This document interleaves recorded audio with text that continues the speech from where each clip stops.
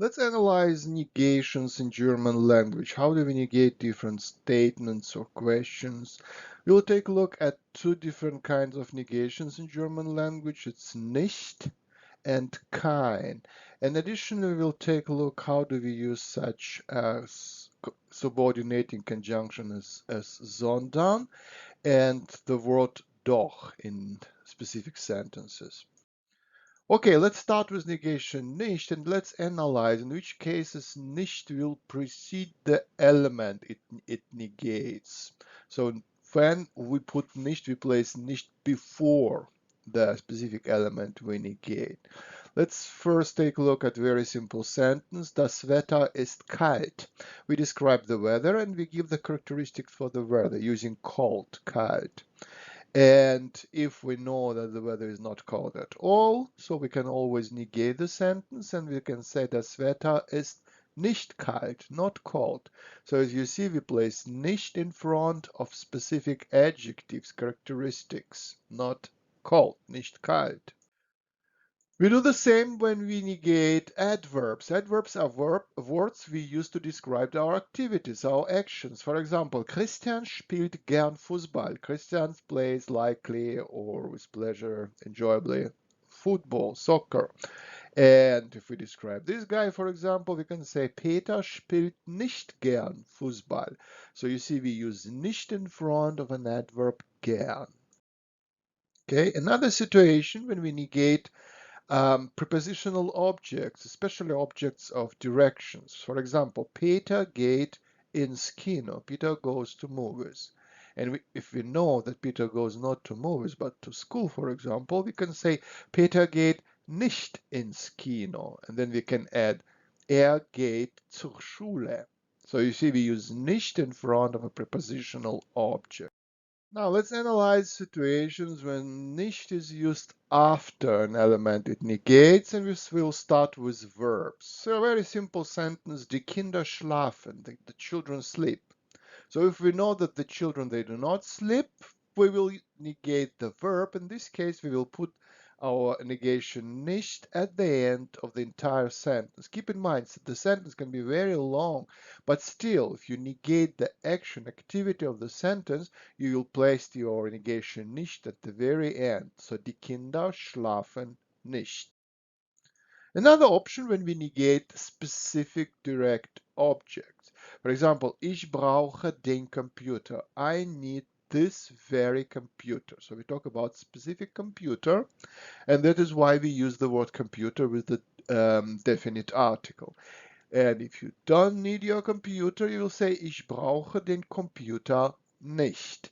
In this case, we negate the specific direct object, and we can say that we negate the verb as well. So our nicht is used at the end of the entire sentence.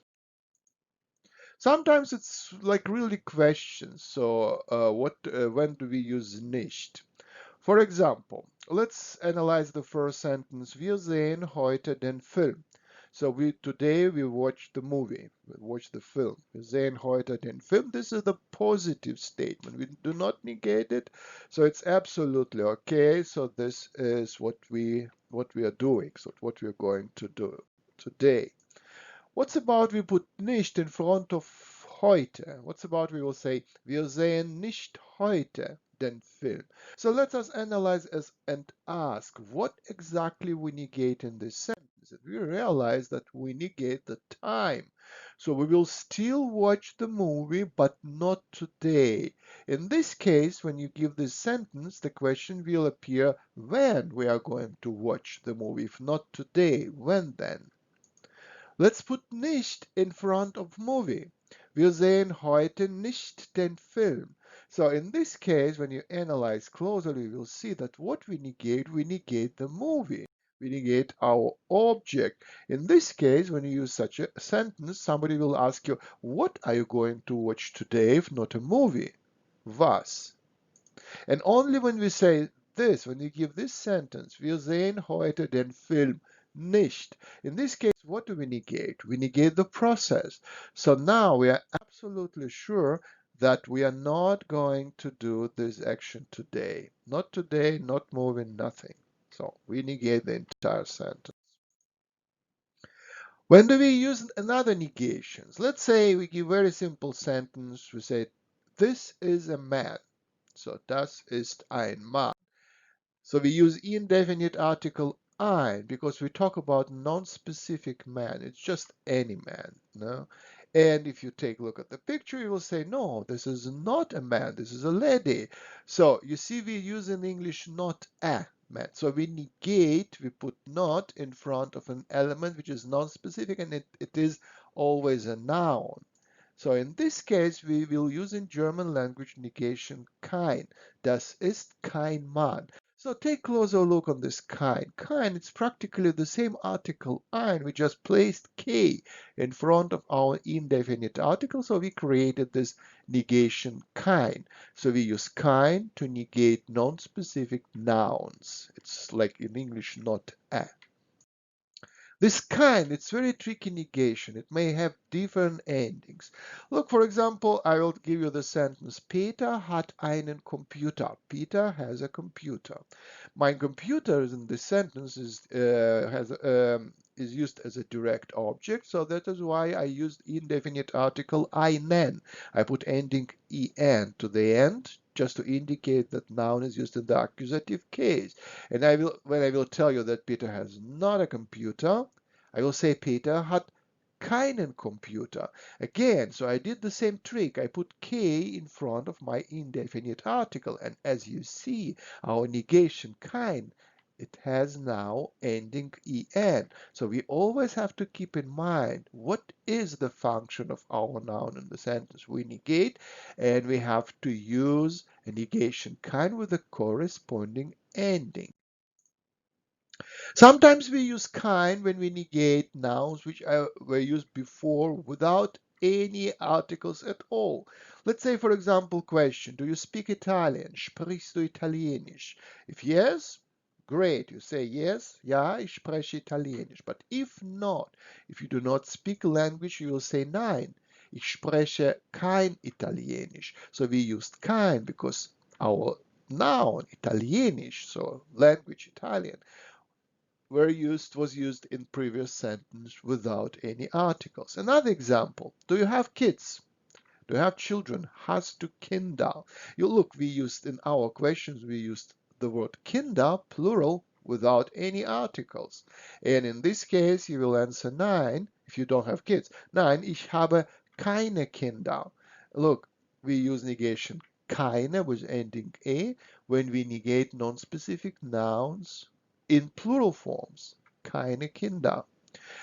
Sometimes we have to keep eye on preceding adjectives. So what are endings of preceding adjectives? For example, we ask the question, hast du rote Schuhe? Do you have red shoes? Just any shoes. So that's why we don't use definite articles. And if not, look, you will say, nein, ich habe keine roten Schuhe.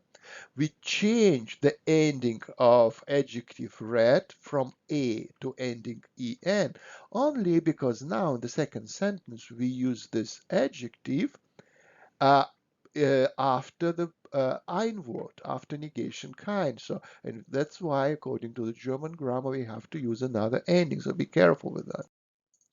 Okay, sometimes we really have to think. So what do we have to use? What kind of negation do we have to use in our sentence? Kein or nicht?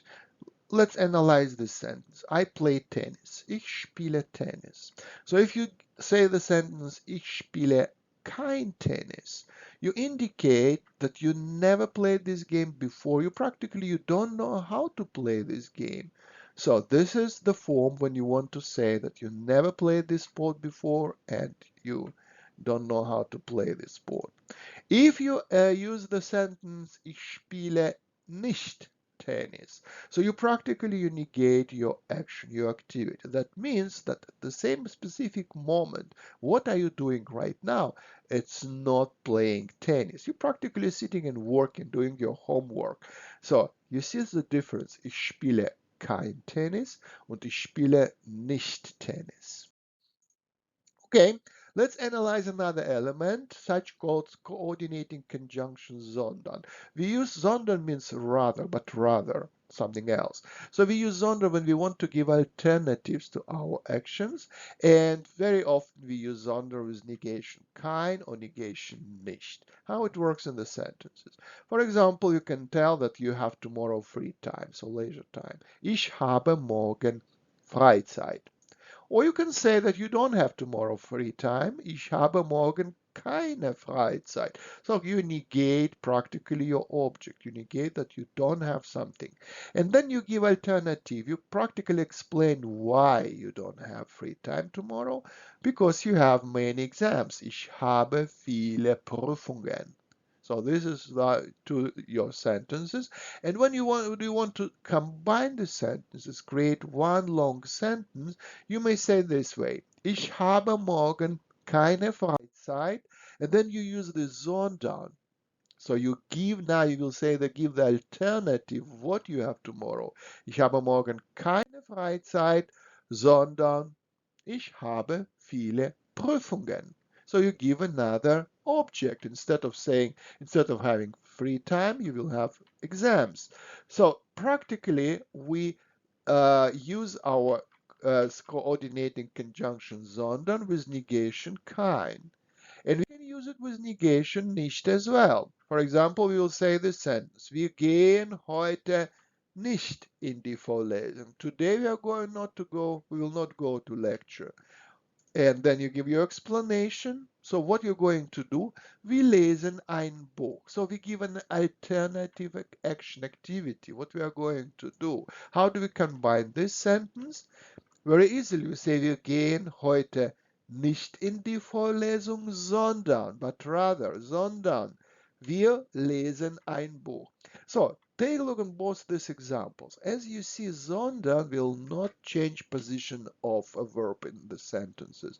So we still have the direct word order. So we use first subject, then the verb, and you see that sondern will not take position in the sentence. It's just an element which we used to combine two different ideas, two different sentences together. And in both sentences, we have direct word order.